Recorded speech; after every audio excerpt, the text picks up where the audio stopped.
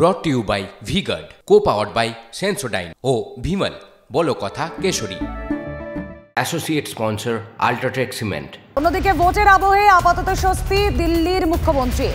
অন্তর্বর্তী জামিন পেলেন দিল্লির মুখ্যমন্ত্রী। 1 জুন পর্যন্ত কেজরিওয়ালের জামিন মঞ্জুর। 2 জুন আত্মসমর্পণ করতে হবে কেজরিওয়ালকে। আবগারি দুর্নীতি মামলায় অন্তর্বর্তী জামিন কেজরির। 49 দিন পর জেল মুক্তি অরবিন্দ কেজরিওয়ালের। 1 জুন পর্যন্ত প্রচারে বাধা নেই কেজরিওয়ালের। ভোট আবহে কেজরিওয়ালের জামিন সাহায্য করবে। সুপ্রিম কোর্টে অন্তর্বর্তী জামিন মঞ্জুর হওয়ায় এক্স হ্যান্ডেলে প্রতিক্রিয়া মমতা বন্দ্যোপাধ্যায়।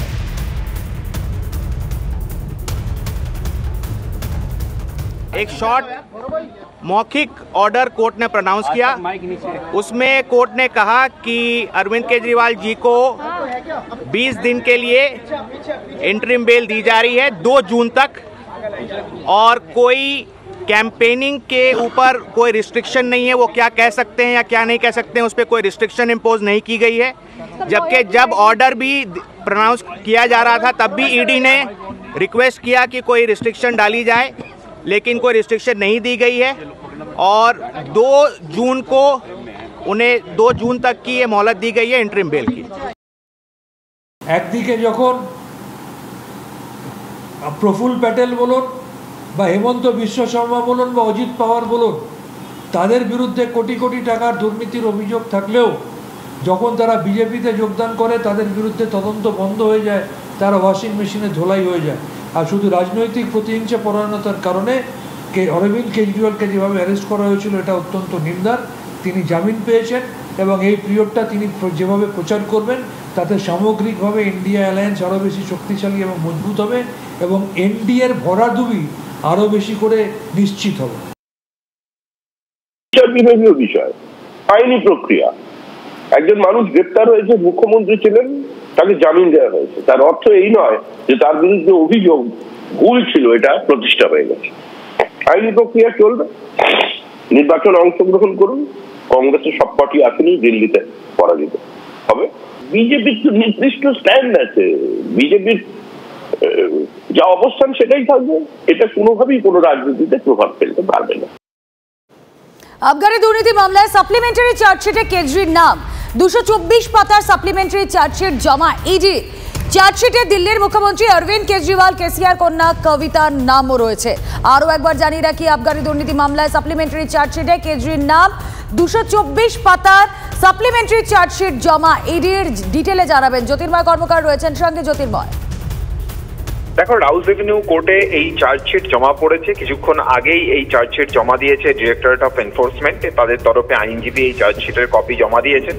এবং যেটা গুরুত্বপূর্ণ বিষয়, সুপ্রিম কোর্টে গতকাল রাতে এই বিষয়টি জানানো হয়েছিল, অর্থাৎ যখন অরবিন্দ কেজরিওয়ালের অন্তর্বর্তীকালীন জামিনের ইঙ্গিত গত 3রা মে কোর্ট প্রায় নিশ্চিত করে দেয়, সেই ইঙ্গিত তারা দিয়ে দেয় এবং পরবর্তী ক্ষেত্রে শুনানি পর্বেও বারবার ধরে এই বিষয়টা স্পষ্ট হয়ে যায় যে অন্তর্বর্তীকালীন জামিন পেতে চলেছেন অরবিন্দ কেজরিওয়াল। সেই সময় নতুন করে যে চার্জশিট ফাইল করা হচ্ছে, একটি সাপ্লিমেন্টারি চার্জশিট, তা গতকাল জানানো হয়েছিল সুপ্রিম কোর্টে এবং সেই মোতাবেক আজকে এই চার্জশিট ফাইল করা হয়েছে, যেখানে প্রত্যেকটা জায়গাতে অরবিন্দ কেজরিওয়ালের নাম রয়েছে। অর্থাৎ কোন জায়গা? মূলত প্রসিড অফ ক্রাইম, যেখানে টাকার যে লেনদেন, সেই যাবতীয় জায়গাতে অরবিন্দ কেজরিওয়ালের কথাতেই যে বাকি লোকজন পরিচালিত হয়েছেন সেই বিষয়টি কিন্তু এস্টাবলিশ করা হয়েছে এই সাপ্লিমেন্টারি চার্জশিটে। ধন্যবাদ জ্যোতির্ময়।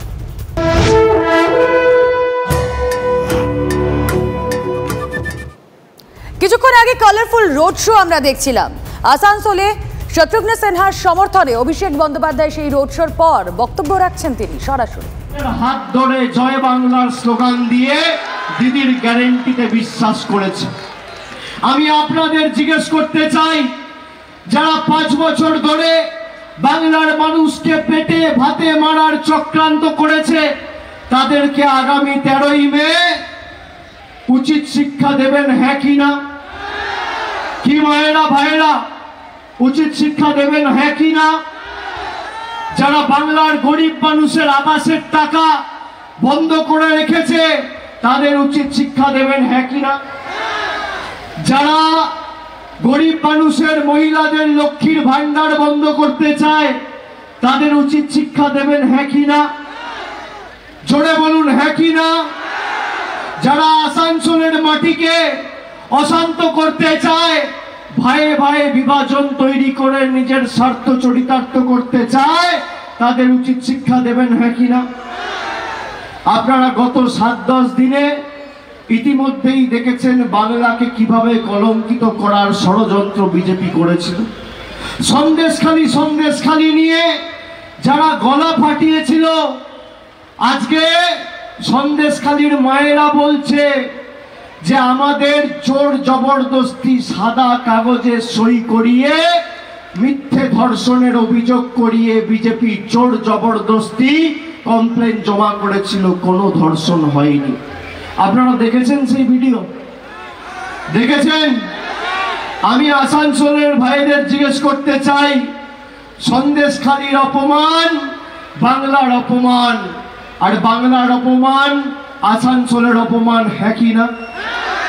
যারা মহিলাদের 2000 টাকার বিনিময়ে মিথ্যে কমপ্লেন করিয়েছে, বাংলার নাম, বাংলার মর্যাদা, বাংলার সম্মান সারা দেশের কাছে ছোট করেছে, এই বিজেপিকে, বাংলা বিরোধী বিজেপিকে উচিত শিক্ষা দেবেন, হ্যাঁ কি না?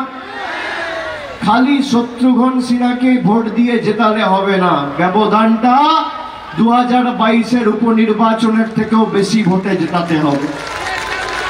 আজকে আমি আমার মনোনয়ন জমা দিয়েছি।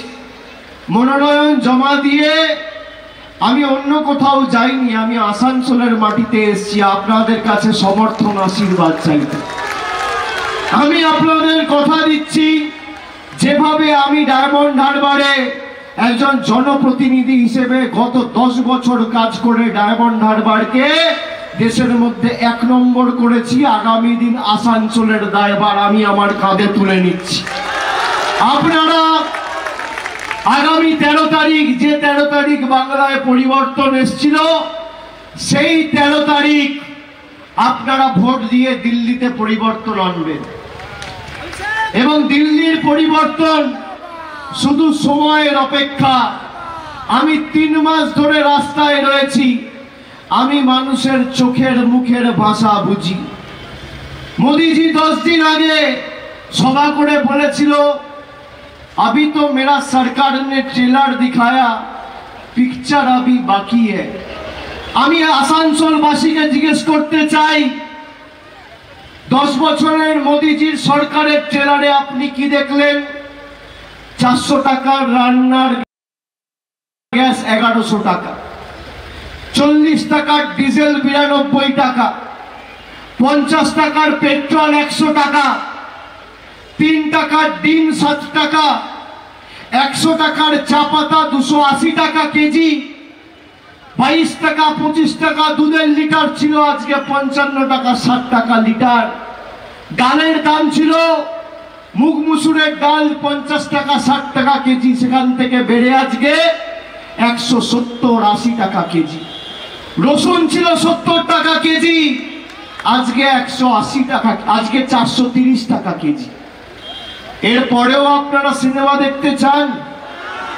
দেখতে চান? বলেছিল 15 লাখ টাকা দেবো, কেউ পেয়েছে? বলেছিল বছরে 2 কোটি বেকারের চাকরি দেবো, পেয়েছে?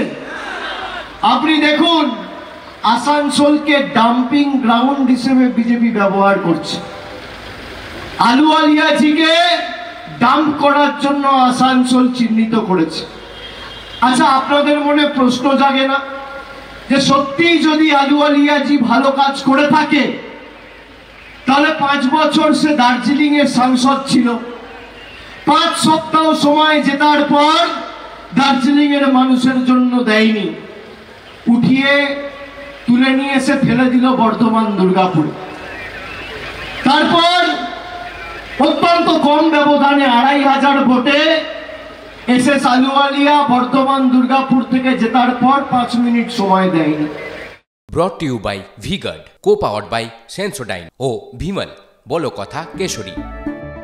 Associate sponsor Ultratech Cement।